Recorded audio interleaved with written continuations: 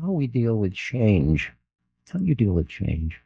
Think of changes that have happened in your life, changes in your lifestyle, perhaps, changes in your relationships, changes in your state of health or age, changes that happen to the planet, whatever. How do you respond? How are you doing with change? It's interesting how you do with change is a reflection of how clingy the mind is. I mean, like you have a model of yourself, and then the universe comes along and infirms the model. How long does it take us to let go of that model as not functional anymore? Or if we hold on to it, why do we hold on? I've been doing these lectures now. This is the 15th, I believe, of 36. And every night we gather, or every other night, and I'm interested in who we are. I mean, who would come to hear Ram Dass? What must you know already? What kind of a community are we? What is this a network about? What am I a mouth for? For me, personally, I think the 60s awakened me to the fact that I wasn't who I thought I was. That all my life, from my childhood, from the time I was born, I was being trained to be somebody in a world of somebodies. My parents both thought they were somebody, so they were, of course, as good parents, going to make me into as good a somebody as they could. And you cultivate and curry your somebodyness, and you keep building it. And somebodyness has a quality of specialness to it. It's not just somebody; it's somebody special. And then what happened to me was that I awakened to the fact that that whole reality was just another one. It wasn't the truth. It was a reality.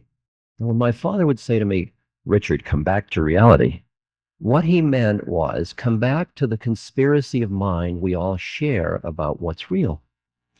And the minute I woke for a moment out of that and saw it as a collective creation of mind and saw that there were other realities, from then on, I experienced realities as relatively real. They're sort of true and they're not true. And it changed a lot for me because when I was living in that reality, the social cultural reality, and seeing it as the absolute reality, it was an extremely high risk game because all my eggs were in that basket. But the minute I started to awaken, I realized not only weren't all my eggs in that basket, but perhaps not even very interesting eggs were in that basket. What happened was that I had been so good at becoming somebody, which means, and you relationships are you enter into a conspiracy with another person, generally. I'll make believe you are who you think you are. If you make believe I am who I think I am. And we don't shake, the ship too much. And we call it efficiency. But when I started to awaken, I realized that I had been imprisoned by my own mind, the creation, my own constructs. I was in a prison cell. Gurdjieff, the Russian philosopher, said, um, in order to escape from prison, the first thing you must realize is that you're in prison. If you think you're free, no escape is possible. And what happened to me was something changed, and I realized that I was in prison. And at that point, I wanted to get out of prison. Now, when you realize that at first, because it's so weird to realize that everybody in the culture thinks it's real, but you see, like I remember when I got thrown out of Harvard, I was thrown out for psychedelic research.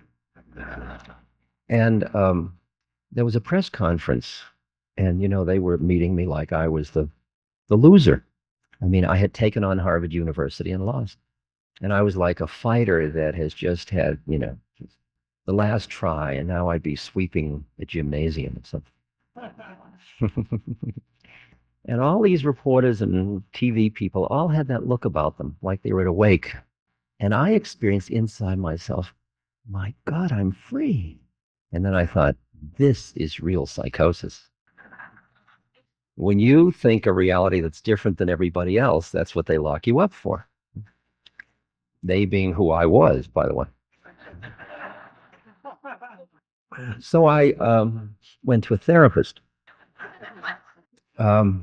who helped me rearrange the furniture in the cell. because they think they're therapists. And how can somebody help somebody escape from their somebodyness if they think they're somebody? Well, no, it's that way. If you think somebodyness is real, you can't help another person. You got to have someplace else to stand. So I realized that I had to go into nobody training all by myself to extricate yourself from your somebodyness, not to end up nobody, but not to end up somebody. It's in between the nobodyness and the somebodyness. It's both of them at the same time. But I wanted to get rid of my somebodyness, so I became a renunciate because I figured my somebodyness was connected with all this stuff, desires and worldly stuff, and so I pushed it all away, became a renunciate. That was a creation of my mind to escape from my mind, actually. But it didn't really work. It worked somewhat. I mean, I'm sure it worked somewhat because it brought me into spaces where I could really explore these other realms of consciousness. But it also made me a very horny celibate. I mean that in all realms of desire, not just sexual, greed, everything. I mean, I was busy not doing things, like a smoker. I haven't smoked in 2 years, 2 months, 3 days, and 42 minutes. You're going to die of non-smoking. Mhm. I have a spook friend, Emmanuel. Um, Emmanuel is a being that doesn't have a body. That shouldn't awaken prejudice in you. I mean, you're not prejudiced towards color or age, or if somebody doesn't have a body. Does that? I have a spook friend, Emmanuel. Um, Emmanuel is a being that doesn't have a body. That shouldn't awaken prejudice in you. I mean, you're not prejudiced towards color or age, or if somebody doesn't have a body. Does that?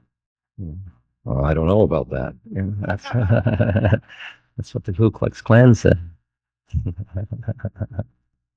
But there are these beings that don't have bodies, and then you think, wow, they must be really out there because can't not have a body. But it turns out that they're just like us. I mean, just because somebody doesn't have a body doesn't mean they're wise at all. No. Somebody may have had a body and been a real jerk, and then they die and they're still a jerk. I mean, it's just they can just send jerky messages down, like. But Emmanuel feels good to my inner being, and I'll talk about that criterion. He's got a sense of humor, at least that helps. And it's fun having somebody that doesn't have a body as a friend because, um, well, they've died, so they know, like, I mean, very few of your friends know you've died, know they've died. So it's fun to have somebody who knows they've died. So I said to him, Emmanuel, what do I tell people about death? And he gave me what I think is the best one-liner I've heard in this society thus far. He said, tell them death is absolutely safe. Gives a whole new meaning to the word, doesn't it? Careful, it's not safe. You may die. But if dying's safe, holy man. All those things my mother was afraid of. Huh.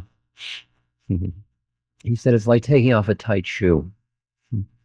So I said to Emmanuel, what am I doing here? Who made this mistake?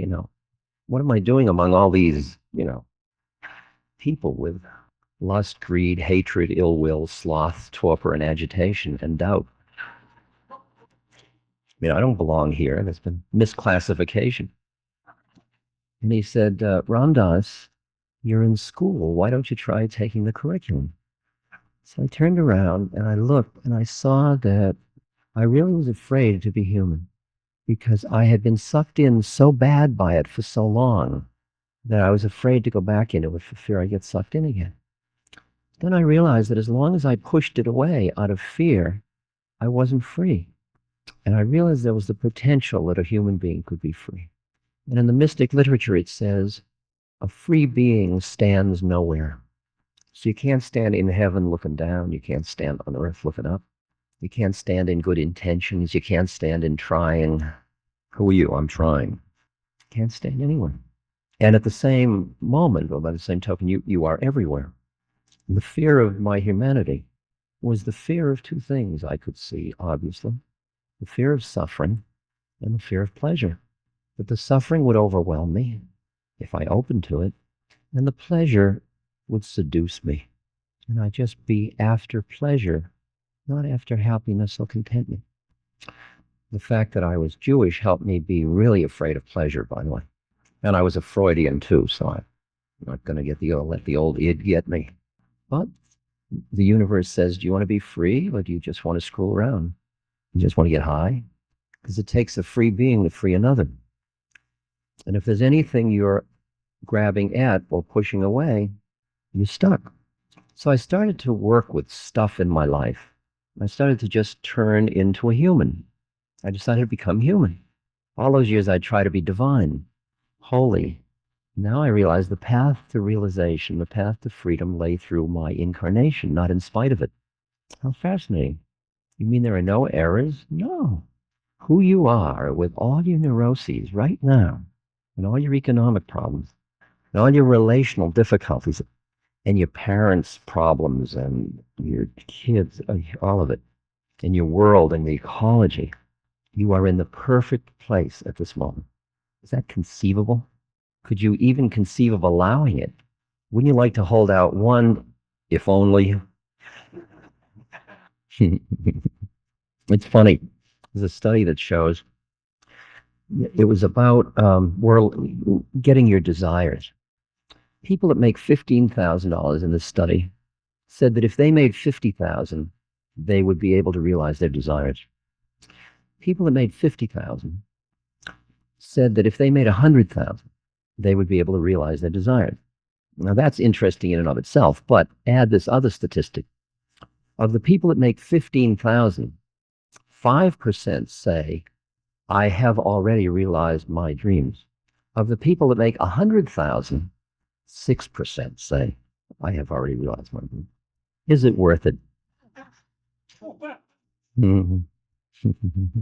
So I started to enter into my humanity, which meant entering into all the aspects of my incarnation, all my roles, all the parts of the dance of physical, psychological space. To which Christ said, be in the world, though not of it. And you can't just dally in it. You've got to drown in it. I mean, you can't. Control folly is total involvement, even though it's a play or a dance. Good actors, when they're on the stage, are really there. My father was old and he was sick, and so it was natural for me to sort of take over the supervision and protection of him and base near in his house in the basement. And I did that. And he and I went through, I didn't do all the caretaking, but he and I went through these incredible changes. And I realized that all of my understanding of freedom had to do with independence. And there was something about independence that was cutting me off from something I needed. And when I came back into the family and into my humanness and all the things it put me as part of, like part of an animal system or species, ecosystems, all those things, there was something that fed me that I began to feel at home in the universe instead of alienated from it in my mind. So I come, my family, my politics, economics, oh. And what I begin to see is how where the fear about suffering is. I saw it very clearly in a course I taught last year at St. John the Divine in New York. It was co-sponsored by St. John and Seva and the Open Center there and WBAI. And there were about 200 or 300 people like us. And everybody had agreed, including me, that we would all enroll as volunteers either in a soup kitchen or in a shelter or in some political action group about real estate or city policy regarding homelessness and single room only hotels and stuff. And then we'd keep diaries, and then we'd have an open mic, and we'd share what was happening to us. And one woman told a story. She said, I'm working at a shelter, and it's wonderful, but that's not what I want to tell you, not what's in my diary. She said, every day for the past year, when I leave my apartment, I go to the bus stop or the store, and I pass this man at the corner who's always begging. He's been there for about a year, most of the time, often. And I give him a quarter now, sometimes, and sometimes I don't. I think in my mind, she said, I have a budget, like $250 a week, something like that. And she doles it out because he always asks every time she goes home. She said, as a result of this course, I realized that I had never acknowledged his existence. He was a category to me. And she said, I started to examine why I was afraid to acknowledge his existence. She said, it wasn't that he was going to rape me in daylight, right there on the street. She said, it wasn't that he was going to steal my pocketbook. After all, we'd known each other for a year. No, she said, I was afraid he'd end up living in my apartment. She recognized she was afraid that if she opened her heart to another human being, there would be no boundaries. I mean, if this were your child begging on the corner of the street, would you say, well, you're going to get $2.50 a week? No, you'd say, come on home and have a hot meal. She was afraid she couldn't set boundaries if she opened her heart. The horror of that is, and you can recognize it in yourself, there are ways in which you feel, just like I do much of the time, although not all of the time, that in order to be happy, I have to forget about the suffering. I have to have these compartments in my head. Well, I've done so much of the suffering, now I can be happy. But it doesn't work. It's like not thinking about rhinoceros.